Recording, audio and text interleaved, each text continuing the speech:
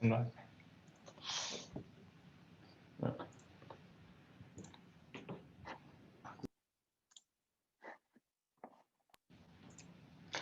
Wenn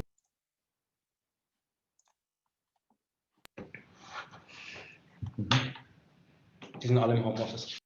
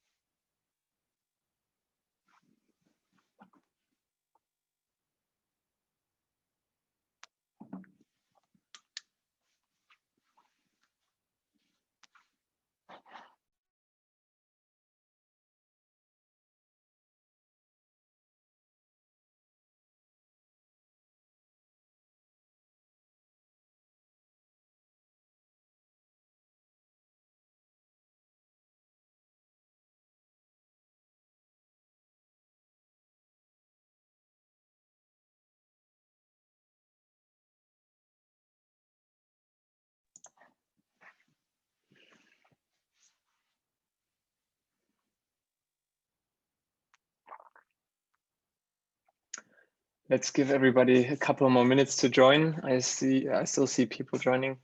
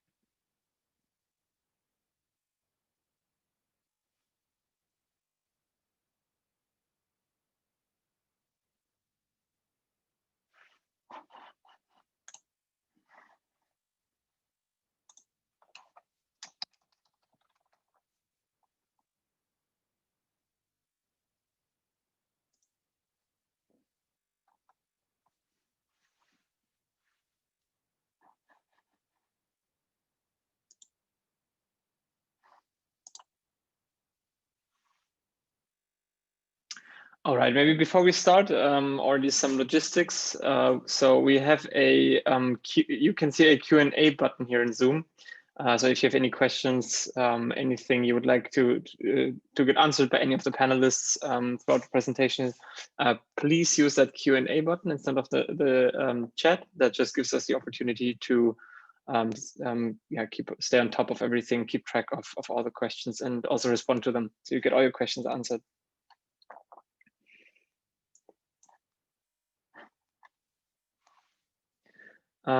Is there anybody here who doesn't speak German, just to make sure, because I was planning to run this in English, but if there's anybody here, can you please put that in the Q&A?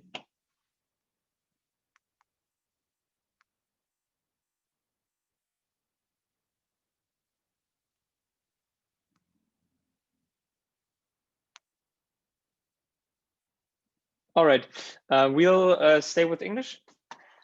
All good. I prepared all the slides in English, so that just fits in the flow quite well. I will start sharing my screen.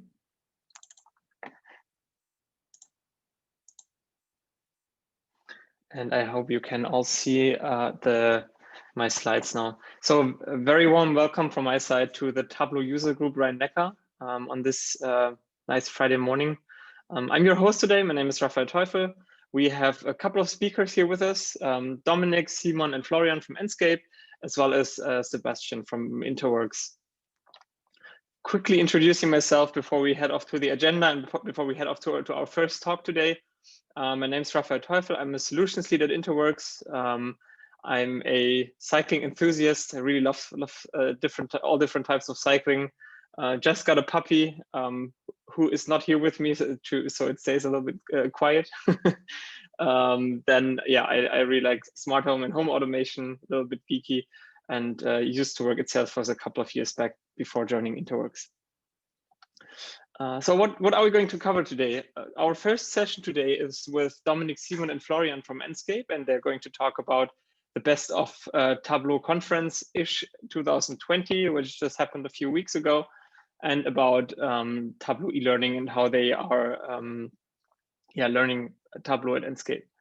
Then I will have a brief talk about polishing the user experience, so embedding Tableau in all different kinds of settings. Then Sebastian will start or run a session on Tableau tips and tricks.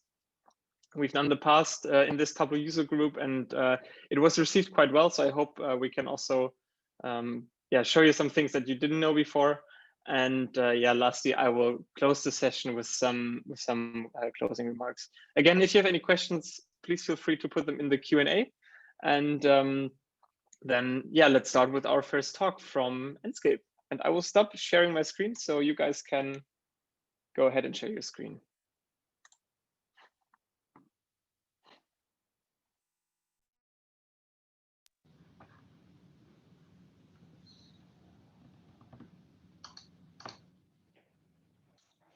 So hello guys. Yeah. Are you able to hear me? Yes, you go. Okay. Well, we're Florian, Simon, and Dominik from Enscape. It's a pleasure that you're having us. And we're going to tell you something about learning Tableau at Enscape. Dominik just introduced Tableau this year at our company. And Simon and myself are the first to really start the Tableau learning path. And let's proceed with our agenda. So at first, we want to introduce ourselves. Then we are going to tell you something about the Tableau e-learning, especially about the paid version versus the free version. And last but not least, we're going to tell you something about the Tableau conference-ish 2020, which happened just a few weeks ago. So myself, I'm Florian Klein. I have 1 year experience working with data, started with Google Analytics, Tag Manager, and Data Studio, and now proceed with learning Tableau. I'm working at Enscape since the March 2018, and I'm currently employed as a web analyst in marketing. So hello from my side. I am Simon, and I am studying information engineering and management. And I am working at Enscape as a working student in data analytics since September 2020. Yes, hello. My name is Dominik. I'm working since about 15 years with data now in different positions, and I joined Enscape beginning of this year and kind of started the data journey here as the first full-time employee dealing with data primarily, and happily introduced Tableau, and happy to have the two best key users or champions, as they are called in Blueprint, with me here. So who is Enscape? We empower architects and designers to create beautiful visuals in real time by leverage and their planning data. You will see a small video in a few seconds, so to just grasp your head around this. We're a tech startup based in Karlsruhe and originated from the Karlsruhe Institute of Technology. It was developed in 2013 and is successfully on the architecture market since 2015. We currently have 19 employees and are still growing fast despite we're in this global pandemic. We have 150 we have customers in 150 countries, and 85 of the top 100 architecture companies are using Enscape at this moment. So let this video speak for itself. we decided to mute this video because it might, the sound quality might not be as good when sending it out. So you have a small idea of what Enscape is doing. And now my colleague Simon will proceed with the e-learning. Yeah, thank you, Florian, for the introduction. Oh. Yeah, I think I will start initially to put a bit of context into the whole learning thingy. Yeah, Tableau is, since a bit more than a year, is promoting the so-called blueprint methodology, which kind of illustrates best practices around how to introduce a data culture in an enterprise. And here we see the main overview, the pillars, which are an agile deployment, proficiency in the middle, and community on the bottom. And to put that into context, we will focus on the proficiency area here, mainly on the first pillar around education. So how are we going to educate users so we finally come to a self-service data environment and yeah, skill up and empower the users to work with data. Yeah, I think then a quick comparison when I started to introduce Tableau here at Enscape. You always have to make some decisions which trainings are the best. I think generally some of the standard trainings are quite good because they are well structured and help to also understand the underlying concepts that you don't easily get just by learning by doing. And there you, for example, have two main options: the normal classroom trainings, which at this time are exclusively virtual done. And on the left-hand side, you see the prices for one person attending those virtual trainings. The advantages: you have a live instructor, you can ask questions and so on. Comparing this to the e-learning for creator users, of course, there is a big difference in pricing, so it's much, much cheaper. It includes, however, all the same standard training courses with similar content like desktop 1, 2, 3, Tableau prep, analytics best practices, and it contains even more, like the site admin or the enablement roles like community leader or executive sponsor. However, you have no instructor and you have to learn it yourself. And I think, that's on the one side the biggest advantage, but on the other side also the biggest disadvantage, that you are free to choose the time when you are doing the e-learning.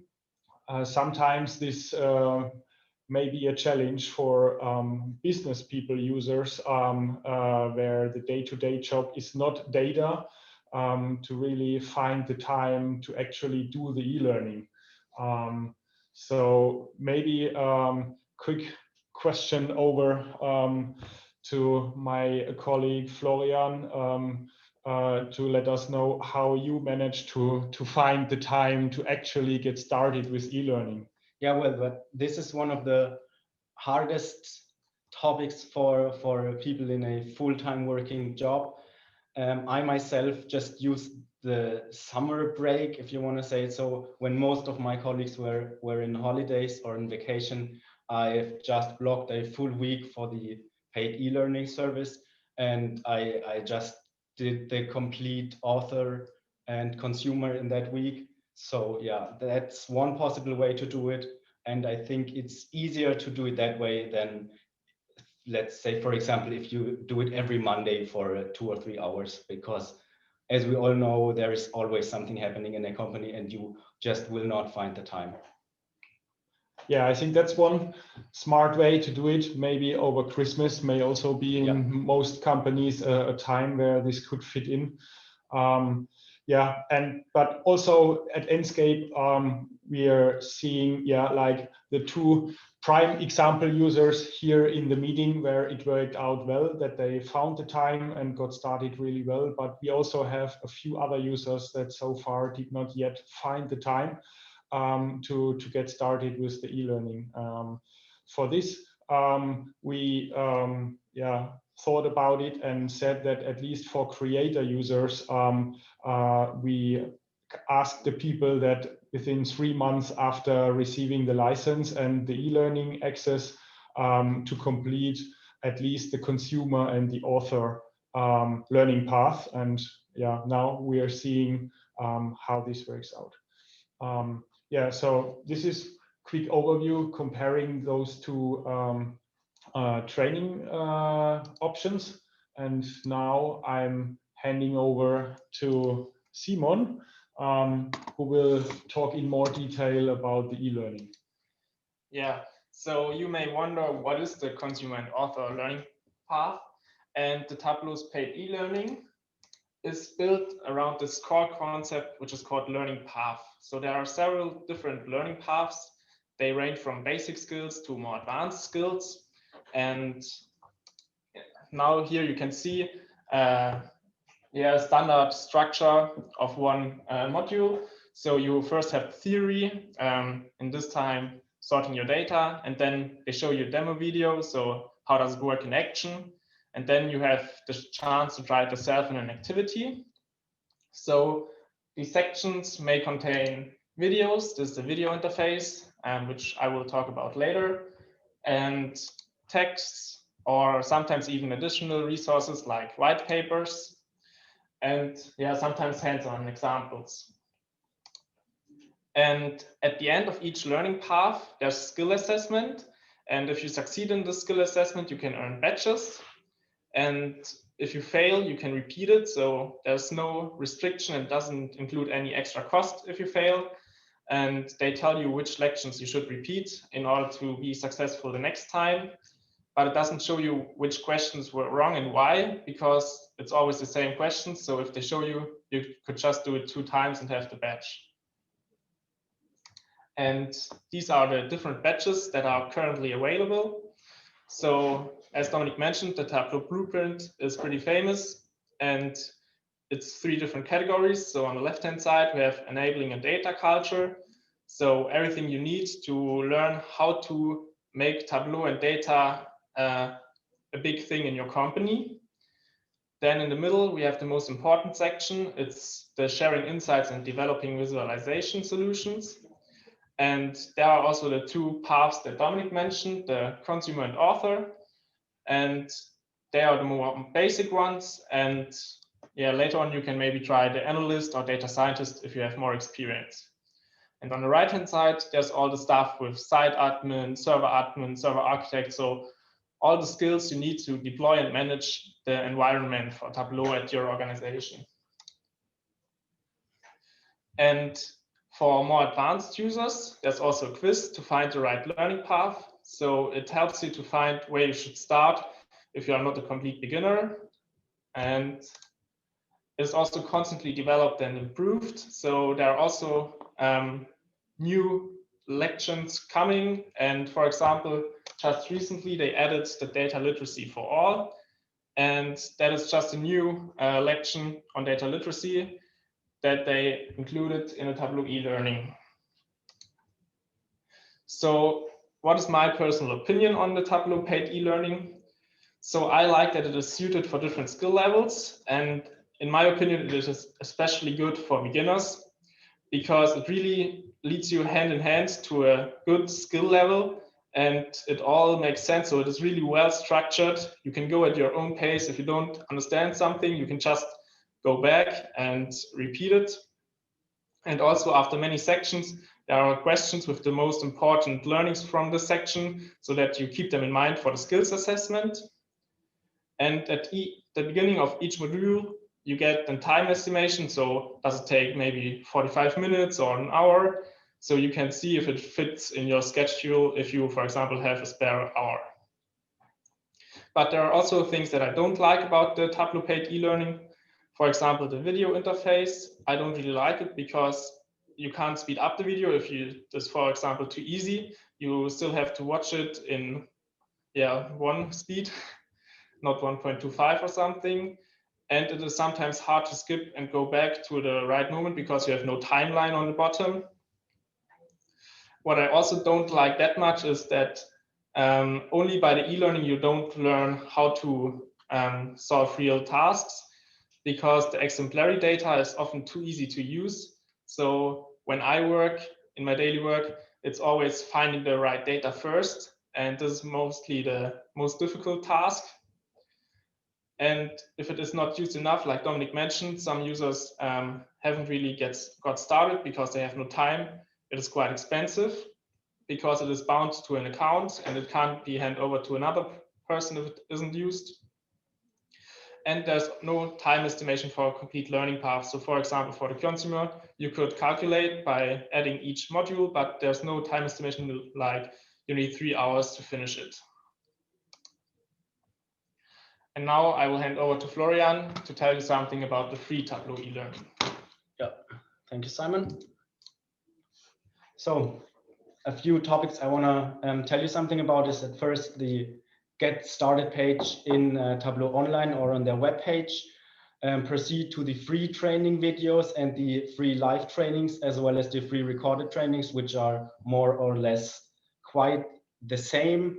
Then I want to say a few words about the community, about free webinars, and last but not least, a few other resources. So what you can see here is the Get Started page of Tableau. It's very minimalistic, which I really like. What you should know if you proceed to this page is which role you want to fulfill in your company or in general. Yeah, what I will focus on the creator path here, because we just don't have the time to focus on everything. So this is the page in general, what you see here on the right-hand side. It's very straightforward. You start on top with orienting yourself, and you dive in deeper as further you proceed. The manuals displayed are very easy to understand, and they link to even deep dive blog posts. So it's for beginners, but if you're a little bit more sophisticated, it's a great read as well. What I especially like is you can have a look at the other roles as well. So for example, if you're a creator and you want to know or you want to learn something about the server admin roles, just go ahead and read about it, and then you'll get a brief understanding of what they do. So what I really like is the structure, the order they put together this website. It's very straightforward and beautiful. The explanations are easy understandable and in detail, and you're dragged from one topic to another. So you don't get left alone, and there's just no point where you're standing around and don't know what to do. What you might dislike is that you have to read a lot, but to be honest, if you want to start with a software like Tableau, you really should like reading. And maybe from a business standpoint, they could have pointed you at the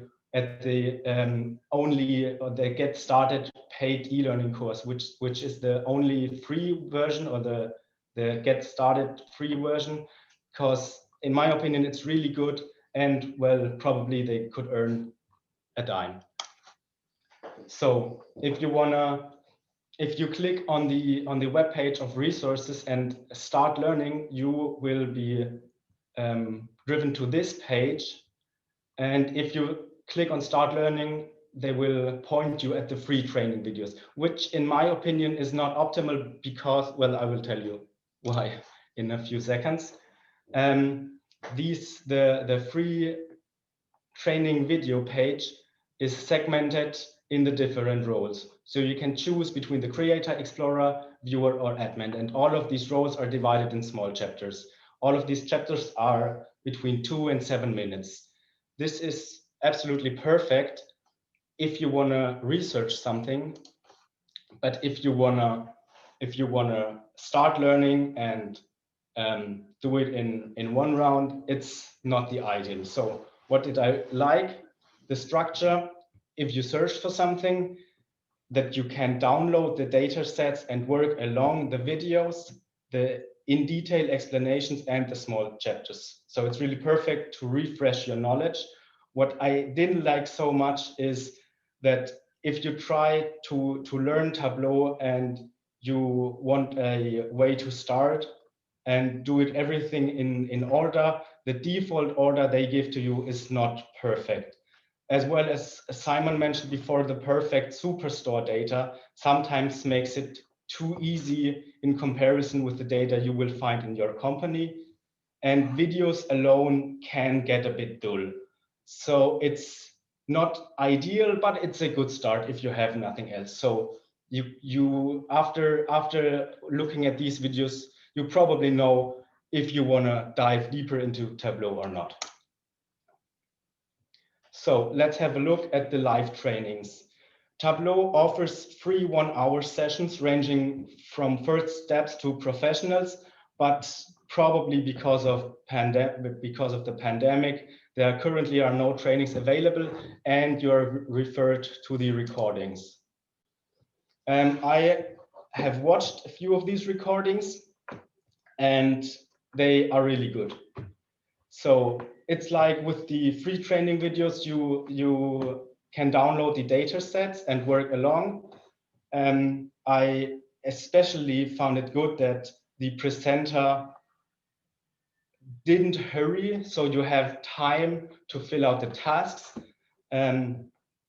They point you at many small details you'd never find out yourself. And these recordings are perfect for greenhorns, like, well, myself. What I didn't like so much about the recordings, but of course they are recordings, you can't answer questions. And for intermediate and pros, I'd rather recommend the live sessions than recordings, because then it's more like a conversation than just a recorded video. What can I say about the Tableau community? So I didn't have the chance to really dive deep into the community features, but more often than not, I found issues when I tried to creating visualizations. And when I Googled something, most of the times I was referred to the community because I was just not the first one to get this issue. So yeah, this is really good. And I really like how the community helps itself or helps each other.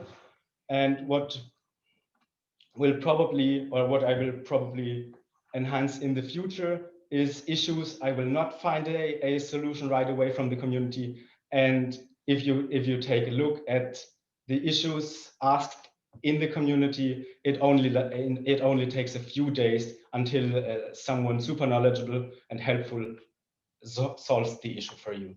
So this is really great. So now I will tell you something about free webinars. So when I started learning Tableau, I attended one, which was 1 hour long, and it was about the basics. And I think it was really great for people who get to start with Tableau or who weren't sure if they want to learn Tableau. But as I started the Tableau e-learning 2 days in advance, I already had some knowledge and it was some overlapping, so I didn't learn that much new.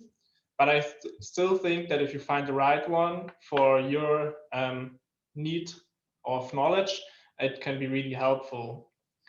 And another resource I want to share with you are the Tableau escape rooms. So there are 2 different ones and I really like them because it's a fun way of learning Tableau. So you have to solve some questions, and if you do everything right, you get the key for the next room. And yeah, just wanted to share those resources with you. Yeah, so a few other resources. I am a really big fan of Reddit, as many people in these days. And so, of course, I had a look if there is a Tableau subreddit, and of course there was. And they even have their own Tableau Discord, which was really a nice feature while the Tableau conference lasted, because you could speak to other people watching it live. So this was something that I really liked. About these other classes, Udemy and Coursera, I cannot tell you very much because I had not the chance to experience them myself, but they exist and we should acknowledge them.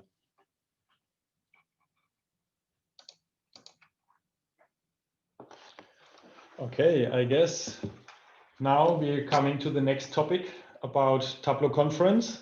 Quick overview. So it started all with the preparation, and there I found a quite helpful blog post which said 6 ways to make the most of your virtual Tableau conference experience. And yeah, most of the advice we try to follow. Yeah, so it's mainly to first ask yourself what you want to learn. So to plan a bit of a schedule, which sessions you want to watch, because sometimes they are running in parallel and you have to choose. Or there is on-demand content, which is so big that you also have to somehow make your choices and decide which ones you're going to watch and which ones to leave out. Then next point is to make time and respect it. So these days, it's probably quite common to just go into home office and try to kind of block your calendar, shut down your company communication tools as good as possible, and then try to focus on the conference. And the next one, find some conference buddies. So Florian already mentioned that he used the Discord, the public one. We also internally, also based on a tip from the blog, created our internal TC20 chat channel in our company chat tool. And yeah, finally, to create an action plan, what you want to do after the conference with the new knowledge that you learned. Yeah. Then looking into an overview. So for myself, it was the 3rd Tableau conference after I previously joined 2 conferences in person in London and Berlin. This was the first one that was done completely virtual. It lasted 3 days and was done in 3 time zones. Yeah, the numbers for registered users vary depending which source you look at, but it was really huge. I mean, I was already impressed last year when I think the US conference crossed more than 20,000 in-person participants, but this time with the virtual experience, making it completely free of any cost and offering it in all time zones around the world. Yeah, they got up to 150,000 registered users for the conference, which to my knowledge makes it the biggest data conference in the world. Yeah, as I mentioned, there were sessions done live and some were available on demand. Then a very nice feature that also yeah, started, I think, last year in the conferences in person was brain dates. This is something where you can pick your own topic and invite others to join you to discuss either one-on-one or in a group of maximum 5 people. And this was quite interesting, and yeah, to make new contacts and talk with people about the same interests, and yeah, do this around the world. I had quite a few very interesting conversations there. Then another option is Tableau Doctor. It's also a concept they brought from the in-person conference to the virtual experience, where you can book a session with a very experienced Tableau consultant to solve any issues, challenges, questions you have. There, I want to mention that even after conference, that concept lives further. So some of the Tableau consulting partners like InterWorks or also the Information Lab from time to time are offering such doctor sessions, or sometimes it's called office hours, where you have a chance to get half an hour or 1 hour of free consulting, which I think can sometimes be very helpful if you struggle to somehow find a solution for a certain issue, to have someone you can talk to that can help you out. Then there were also the sponsor booth available, that you could visit and chat with the sponsors. And another thing that usually is always there and the highlight in the real conferences is the Tableau Public Viz Gallery. So normally that's a gallery you can walk through and watch some of the best visualizations from Tableau Public. Here they brought this in a super nice way into the virtual experience. On the right-hand side, you see a screenshot. It was really a room that you could virtually walk through and look around to watch all the visualizations on the wall, and then really interact with them, like clicking on them, reading more, exploring even the live version of the dashboard, and reading more infos about it. So this was super cool. And actually, under the link mentioned here, vizgallery.tableaupublic.com, it's still available, so you can still check it out. I highly recommend it for some inspiration and interesting data stuff. Then moving further to the highlights. So I call it the classics, is always when the Tableau developers themselves present the new features that they developed. And usually it's called Devs on Stage. This time in a virtual setting, it was called Devs at Desks. So they were all from their home desks speaking, but it was still the same nice experience to learn about all the new features in a really fun and engaging way. Also, Iron Viz, a favorite, where the three contestants like have a live competition about the best visualization of a given data set. This was also done from home from all the three contestants, but again, nicely moderated and very inspirational to watch and see what the professionals can do in just 20 minutes. Then there were some special keynote highlights. There was John Legend doing a piano concert during lunchtime, so you could just have this play and listen to the music while having your lunch. So this was a nice kind of break up. And then one of my favorites was Dr. Neil deGrasse Tyson. An astrophysicist confronts data. This was a very interesting talk. So he talked about like sampling effects of data, what can happen when you just take samples at certain snapshots, that you can somehow miss the important points in your data. Another interesting talk was with the Netflix founder Mike Randolph about the importance of data, how to innovate fast, and many more interesting topics. Also, they had some nice things for the pauses, like before the keynote sessions, there were sometimes pre-shows where, for example, Tableau employee were showing their cats and dogs around at their home desks, or they had some fun advertisements created, like for the visual aid, like which was a can of lemonade with the branding visual aid, quite funny, and some similar things.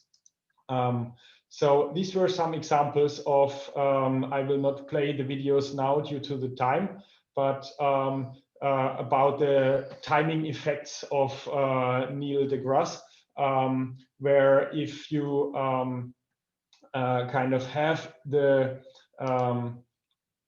wrong timing, so here for the bird, we see it that somehow it looks as the it's not moving at all because of the same frame rate of the camera than the bird is having. And similar examples were shown with water drops and helicopters. So moving on due to timing, I need to click more. Finally, some of our favorite sessions. So for me, it was really funny to listen an on-demand video that you can still watch. If you log into the TC20 site, there is still the on-demand content available. It was called Give Viewers a Little Laugh and Collaboration. There was kind of the Dr. Data Laugh, answering questions about the viewer users, how to interact with Tableau server or online. So yeah, to me, I said in our internal chat, it's like the Domian of data. If in German, you know Domian, it's a psychologist, consulting people with life challenges. This was kind of, to me, like that's the Domian of data, quite fun. Yeah, I think for Simon, one of the sessions popping out was make your interactive dashboards pop, where he learned a lot about interaction features in a dashboard, and Florian super enjoyed the Iron Viz. So now looking at the time, I guess we have to finish. So we can check if there are any questions.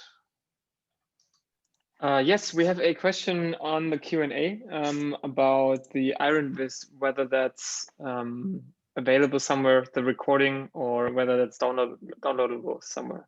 Yeah, I just Googled it, and it seems like there's the YouTube recording, and I sent the link into the chat if anyone wants to watch it. So I can really recommend it. It was a great experience for me to see it the first time. Yeah. Perfect. Thank you very much. Yeah, great session. Thank you so much. Lots of very valuable information. I think getting started with Tableau e-learning or generally learning Tableau is probably what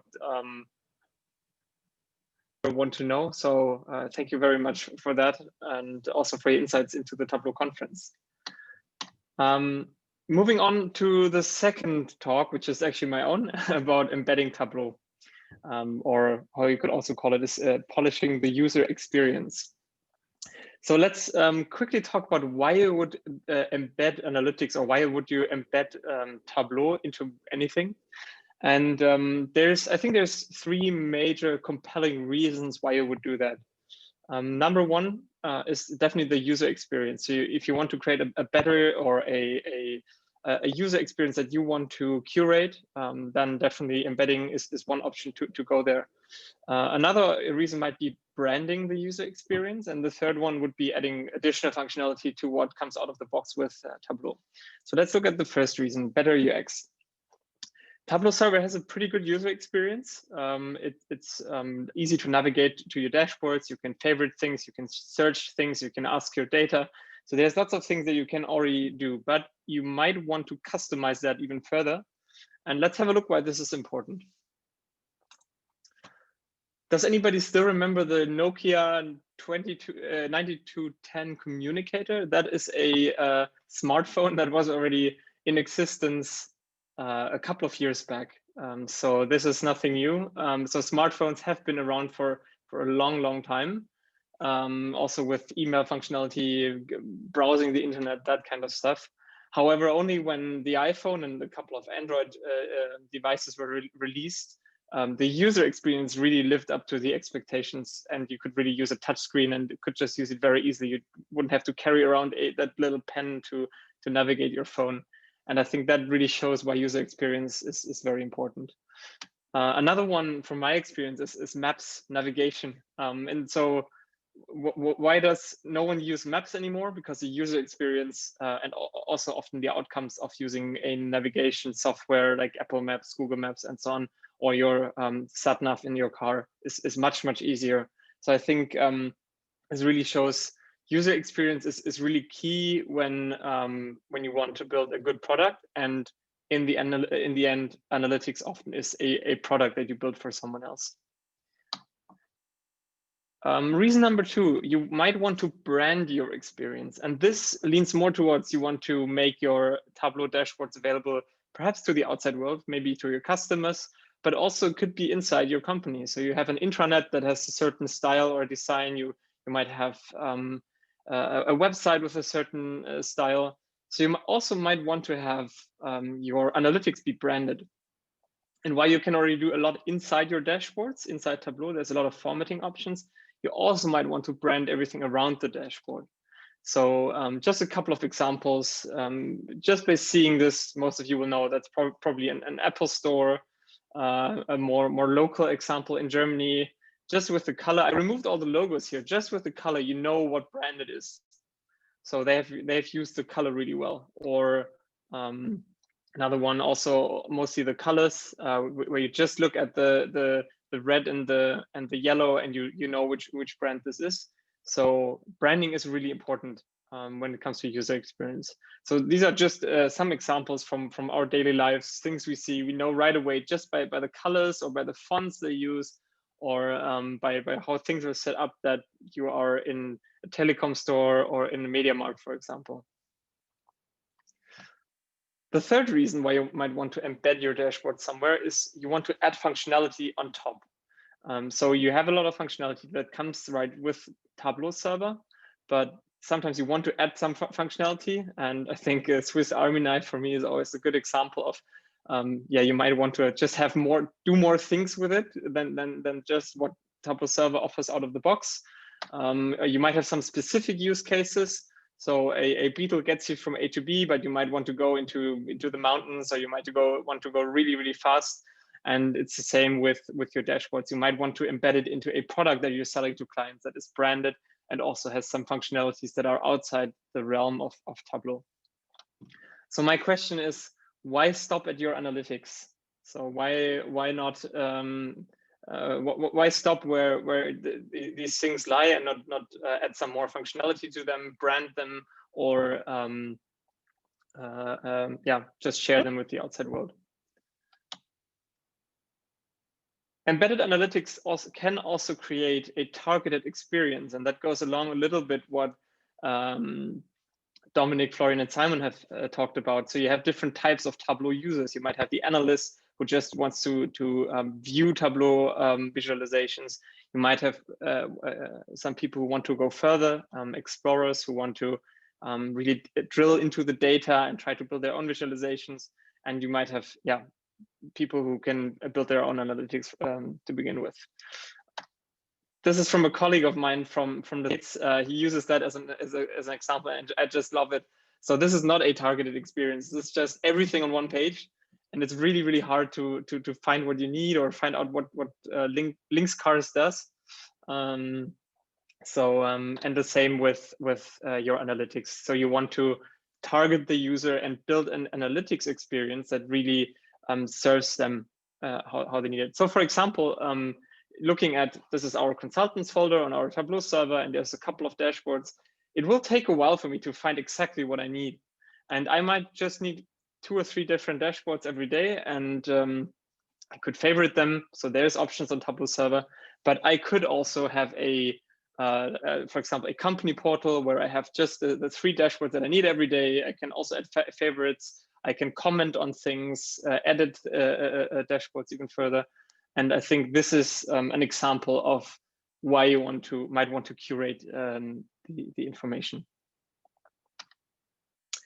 So how do you embed analytics? How do you embed Tableau into websites or different things? I think first we need to look at the use cases. So when does this make sense, and how can this look? So on the left you can see just embedding a Tableau dashboard in a simple web page, and you can basically try this out now if you want on Tableau Public. So you can also embed Tableau Public dashboards, for example, in a blog, and it basically works the same way in your own Tableau server. So if you click on the share button next to a dashboard, as you can see here, you can copy the embed code out of that and just paste it in an HTML. And I will show you how that works in just a minute.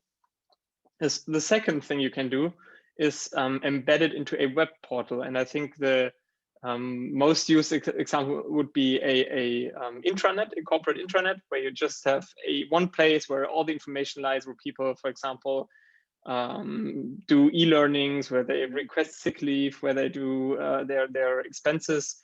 And there you might also have your analytics. So that it makes sense embedding your Tableau server dashboards in this area. A third example would be analytics in third-party apps. In this case, for example, we are looking at Salesforce, and you can see a Tableau dashboard embedded into your Salesforce application. And that way you have the analytics where you need them. Another example would be mobile apps, for example. And by embedding the analytics there, people don't have to look for it. They just find it where they need it, where they're using it. So these are a couple of use cases where you can embed Tableau. And Tableau Server comes with a huge amount of possibilities of what you can do to embed it and how you can interact with it. And I think there's two models, basically. You can either do it yourself or buy a product off the shelf. Let's look at the do-it-yourself model first. So what you need to know before that, a little bit of web development knowledge. I'll show you how in just a second. There is also resources in here, and I'll share this presentation afterwards, where you have infos about how you embed analytics, how you embed Tableau. There is information about the JavaScript API. This is how you interact with Tableau server from your website. And the REST API, which can be mainly used to automate things like, for example, when someone signs up on your website, they also registered as a user in Tableau server. These things work via the REST API. So let's embed Tableau.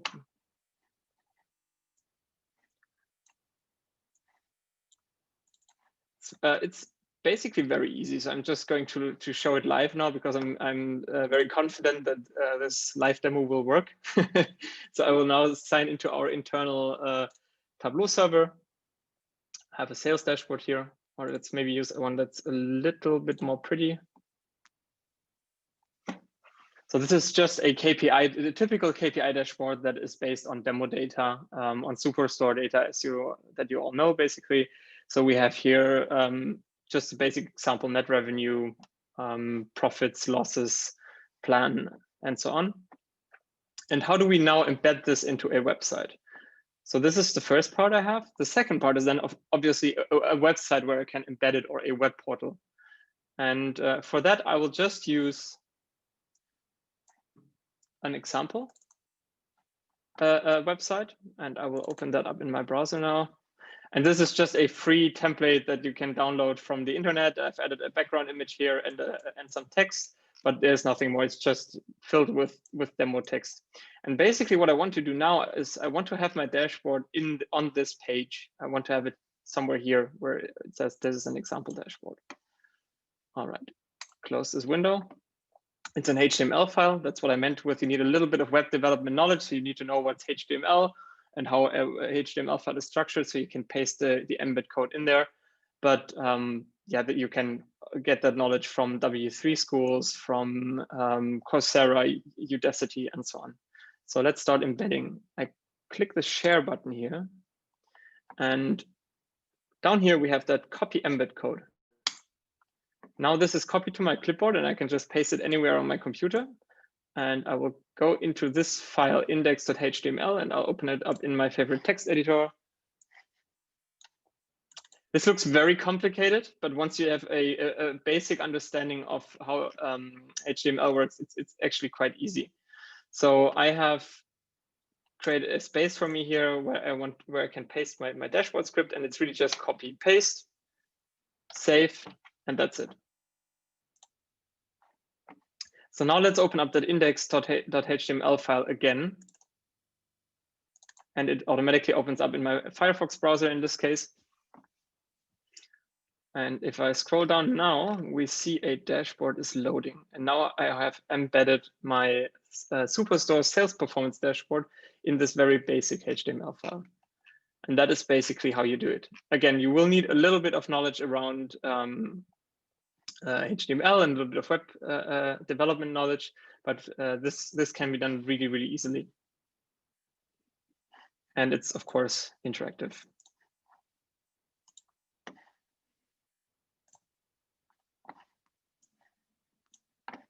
All right, let's go back to my presentation.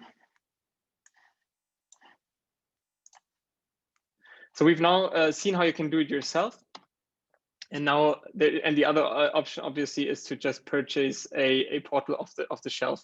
And I just want to show you, I don't want to go into too much detail about the product. I just want to show what it looks like when you embed Tableau. So what the outcome can be of such an embedding. And let's have a look here. So this is an example of a corporate intranet, basically. There's a burger chain just filled with example data, a burger chain that has a dashboard that for their management and for their franchisees. And this is basically the overview. And here we have embedded Tableau in a way that you don't really see the border between where the website starts and where the Tableau dashboard ends. And that's basically where you don't really see anymore that this is inside Tableau. And this is not because Tableau is ugly or anything. I think it's really just to have that seamless experience. And now you can, for example, drill down and interact with the data. The interesting thing here is, I think, is that you can have global filters, for example. So you can have a filter in the portal that filters all the dashboards on the page, for example. You can also embed Ask Data. So inside your corporate intranet, you might want to have an Ask Data page, and then you can just start asking your data question number of records. Let's have a look how many records we have in here. 57 million. And yeah, start running your analysis. For example, last year sales by region. You're probably already familiar with Ask Data. If not, it's the natural language processing engine from Tableau that's basically on every Tableau server. And it just allows you to ask questions to your data. Right now, only in English. So I'm hoping that at some point it will be also available in other languages like German. But right now it's only available in English.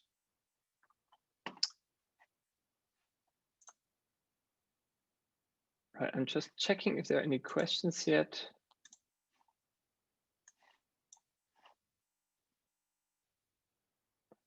Dominik asks, when embedding, how to handle authentication? If you need customized content per user, they need to sign in or SSO with a Tableau account, right? Yeah, so there's a couple of ways to handle authentication, and talking through them would go way beyond what we can cover in a Tableau user group. Let me just say that the standard case is that you have to log into Tableau server. So if I open this up in an incognito window,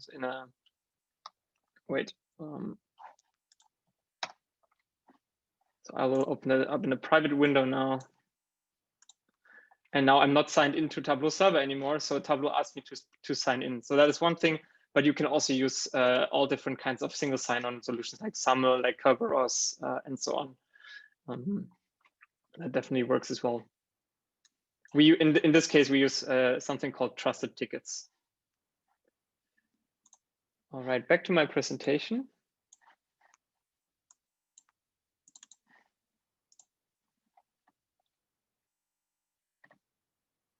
So what's the business value of embedded analytics? And I think that's a question you have to ask to begin with.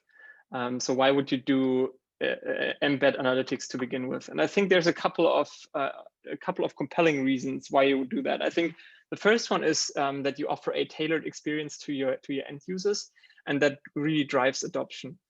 So if people find things really easily, if they have if they are in an environment that they already know, like perhaps your corporate intranet, then that really drives adoption, because it makes easier to access things, and you don't have to navigate through a new tool like Tableau Server. You can also create new products, and I'm working with a couple of clients who are basically creating products with their data in Tableau that they are offering in a portal solution that their clients can sign into, and then they have a reporting suite of 3 to 4 dashboards where they can just click through and see how things are going. You can use tools like Google Analytics to learn how your visualizations are used. For example, where people move their mouse on the screen and that kind of stuff. You can do all kinds of fancy things nowadays with these website analytics tools. And lastly, and I think that's a huge one also driving adoption, is you can add tutorials. So out of the box, Tableau allows you to do a couple of documentation things. There's some very nice blogs on that. But if you embed it in a website, you can, of course, have an overlay, for example, that guides you through how you use the dashboard. You can embed GIFs, you can have a video, all these things. So it's very, very easy to get started with a new Tableau dashboard. Couple of resources. I've mentioned before the Tableau JavaScript API. That's where you interact with Tableau Server. There is a couple of use cases with embedded analytics from a page called tableaufans.com. I think this is made by someone working for Tableau. I don't remember who it was exactly. And then you can also see how others use embedded analytics on that website I just showed you. And yeah, just start embedding, try it out, and see what you can come up with. If you want to stay in touch, yeah, you can send me an email, definitely. And I would now like to hand over just in time to my colleague, Sebastian, who has some really nice Tableau tips and tricks for you. Before I start that though, I'll just check if we have any remaining questions. I think there's one. Oh yeah. The loading dashboard hamburger is a Tableau feature. How can you show a GIF image for the loading process? So that is something you would implement on that solution. So on your embedded page, you can. So I was just showing that InterWorks example with the curator, where you can just upload a GIF, and then it shows that as a loading screen. Because we've realized that it makes people more patient if they see something else than the circling thing.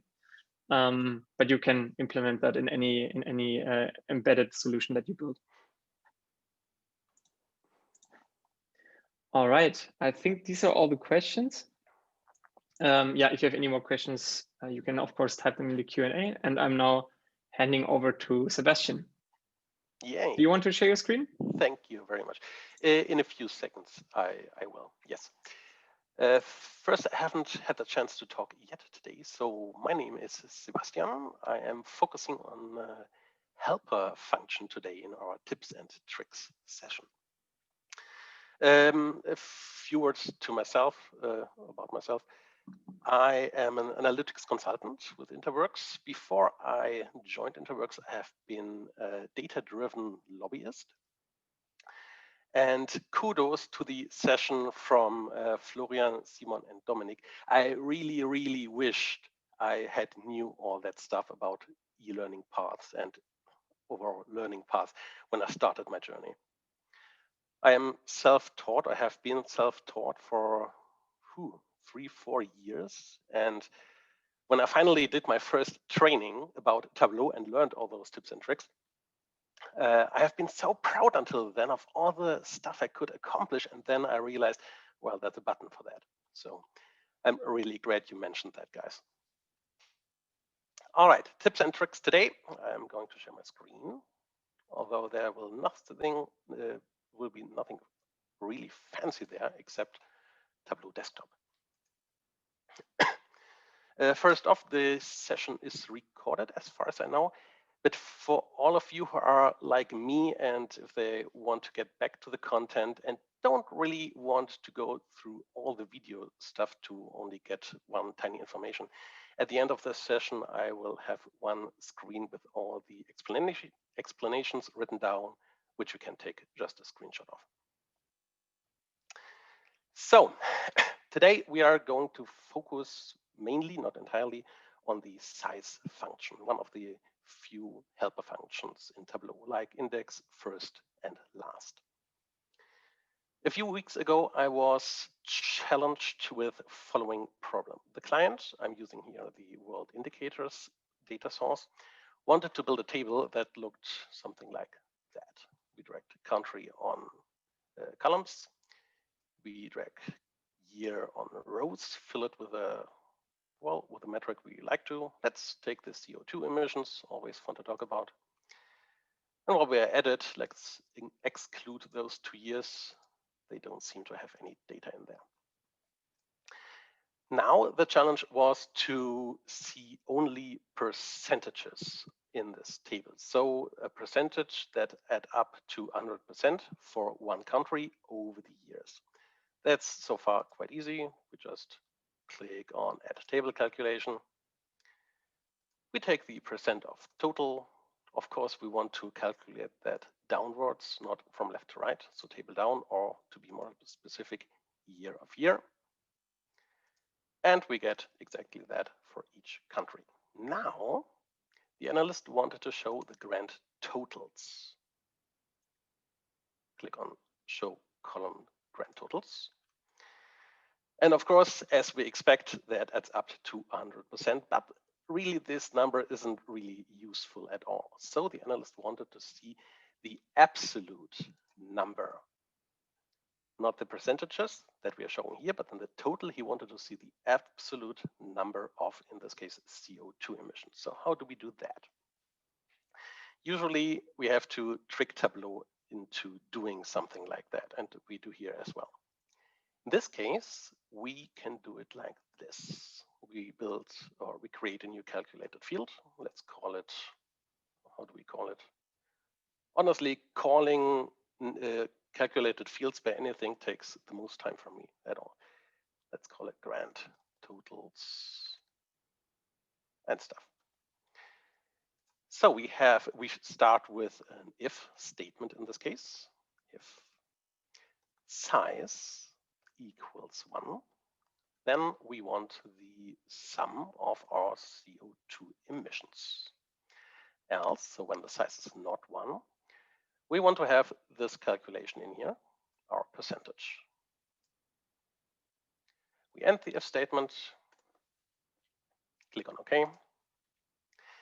Drag this new field onto our text and replace the old metric we had here.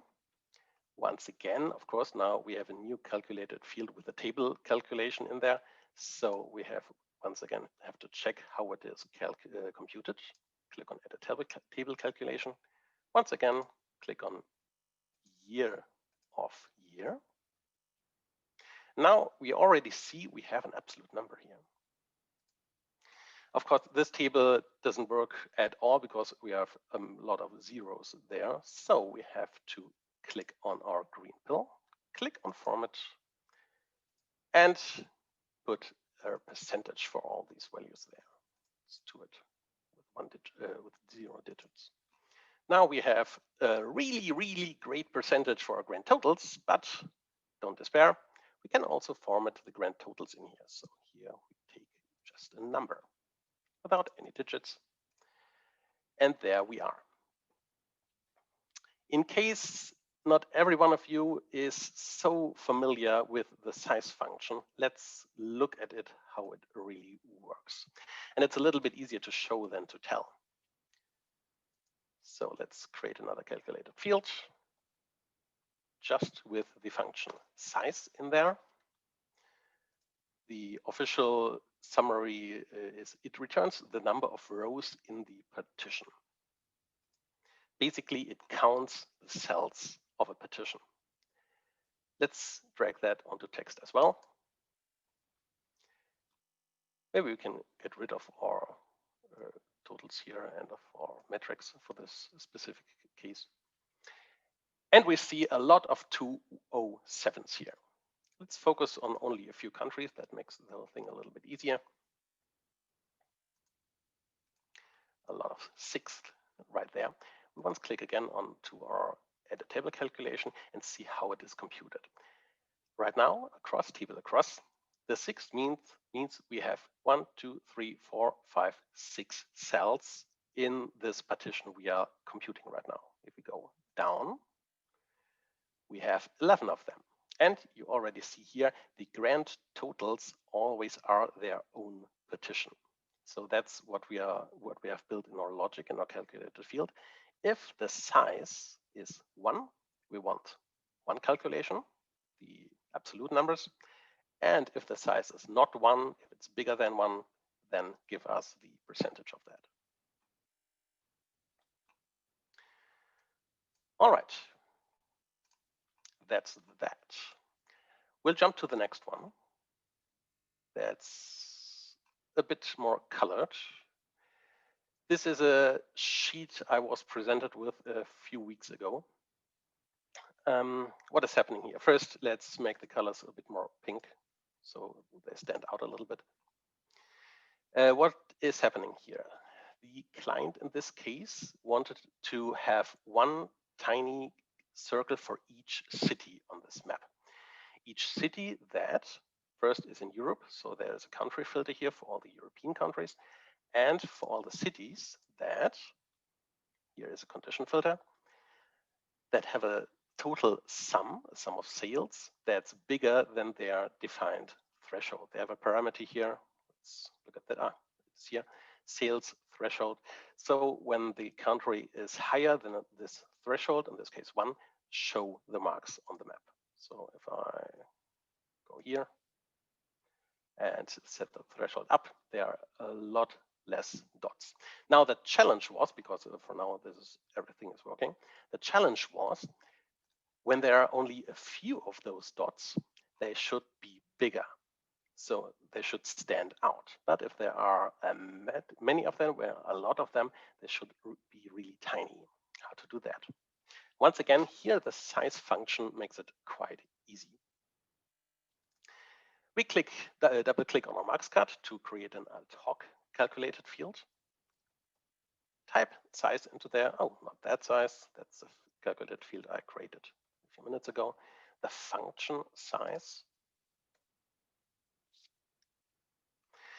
And now we drag that onto size. Maybe not yet. First, we have to again check how it's calculated. Edit table calculation. In this case, we want to count all the marks here. So we check city and country.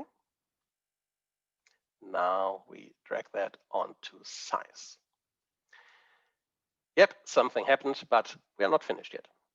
Once we drag something onto size, in the upper right, in my case, this little preference field appears, and we can edit the sizes here. We do that. And here are 3 things we need to do. First, we set the sizes vary on by range. Second, we set a start and an end value for a range. The end value here should be the highest number of marks there could be. So it's already set to 1336. The start value is just 1 or a really tiny number, whatever you like. We click on apply, nothing happens because the third and most important check here is click on reversed. Then, as you like, play a little bit with this slider here to make it, well, look as you wish. Click on OK. And now we have a lot of really tiny dots here. And if we go bigger than that, the dots get fewer, but they get bigger. How big can they go? Right. All right. By the way, a little tiny tip for working with the size function is also to adjust the title of a worksheet. Well, already done that in a test. You can drag any calculation you have in your view into your title. You all know that. So you can do with the size function. Well, over here, size. Let's put that for the cities. So we have a complete sentence or something like that. Click on OK. And now we see how many marks are actually in this view right now. If we go down on our parameter here, we see the whole lot of them. I've seen a few people doing KPI visualizations with that. So having no sheet data at all, only their title of the sheet and using that as a KPI. I wouldn't really recommend that. It's a little bit clunky if you do, and it can fail sometimes, but you need something ad hoc and really, really fast. That's one way to produce new KPIs. Then, before this session, I was asked to insert one little tip on how to, that's nothing to do with the size at all, how to get labels from the bottom in a bar chart, for example, to the top of the bar chart. In fact, there may be many ways. I know of 2 ways to do that.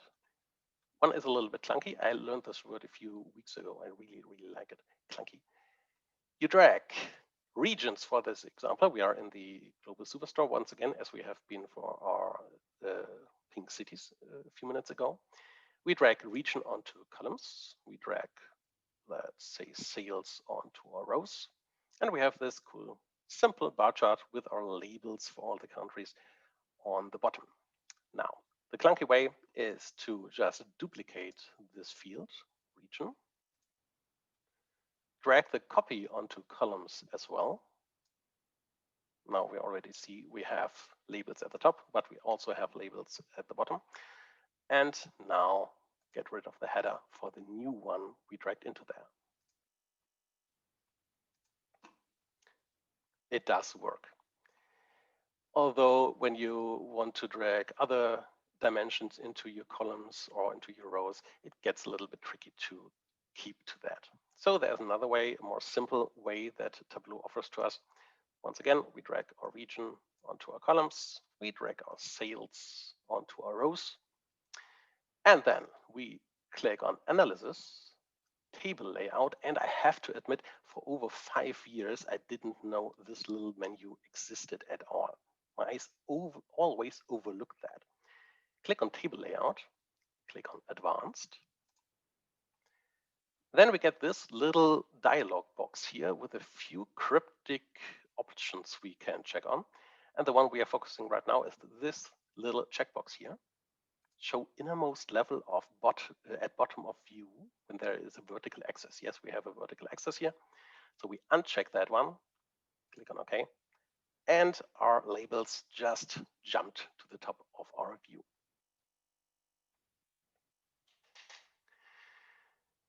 Good.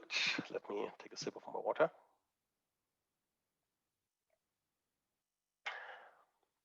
Let's get back to our size function.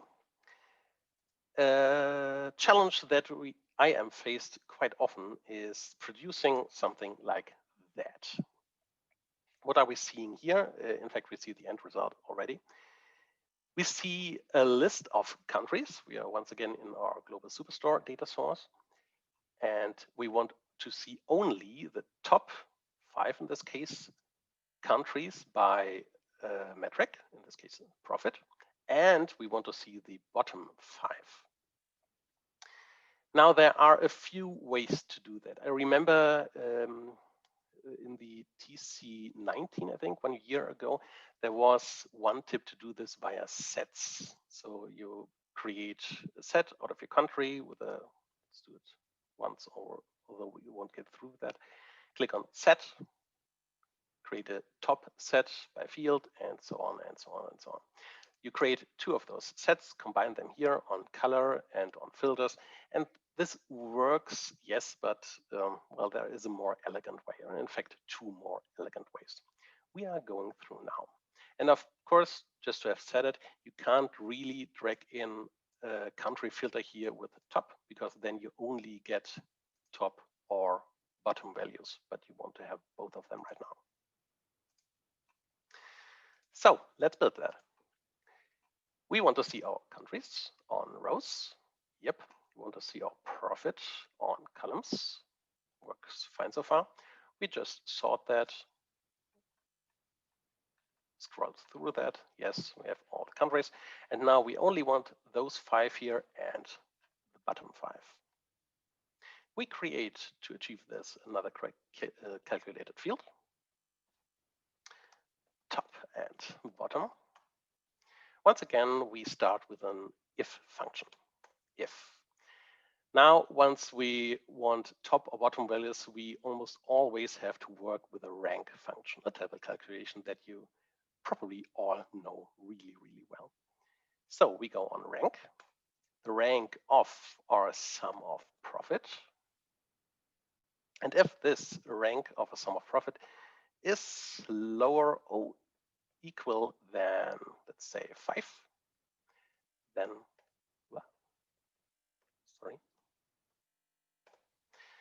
of 5, then we want to call it top.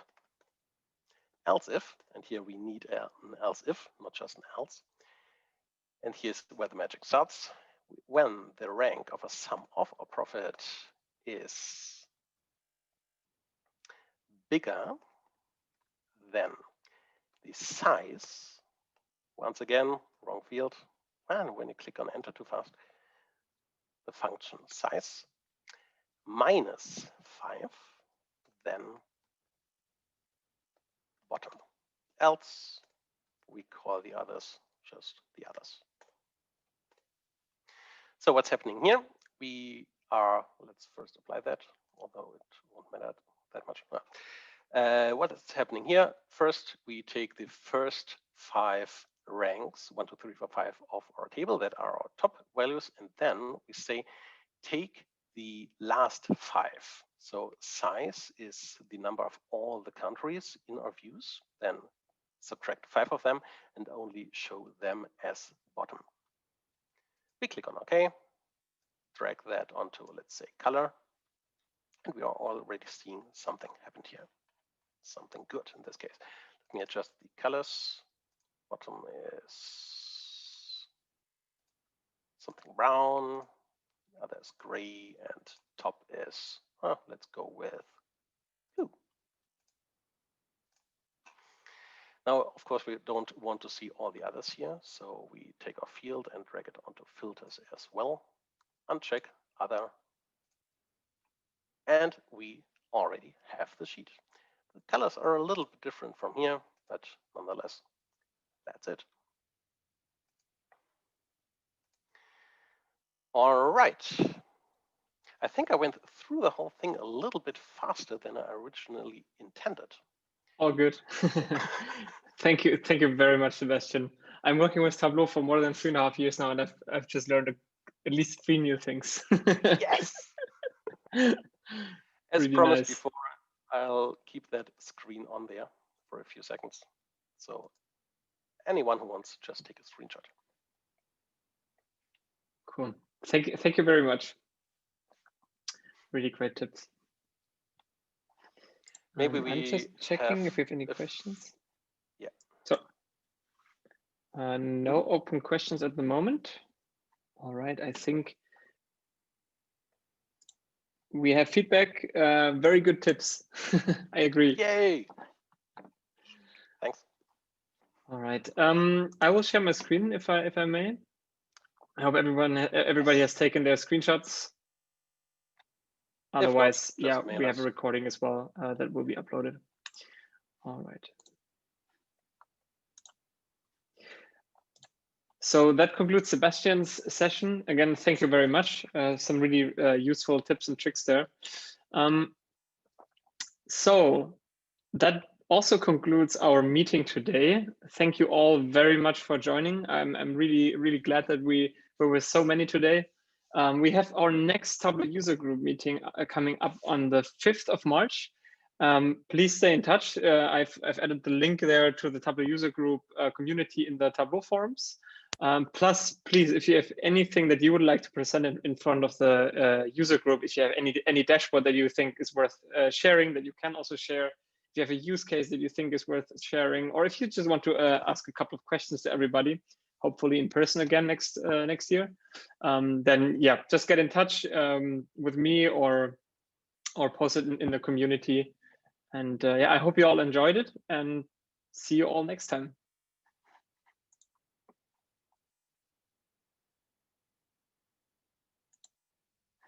And also, of course, thank you very much to all the speakers, Dominik, Florian, Sebastian, Simon. It was really nice talks. Thank you.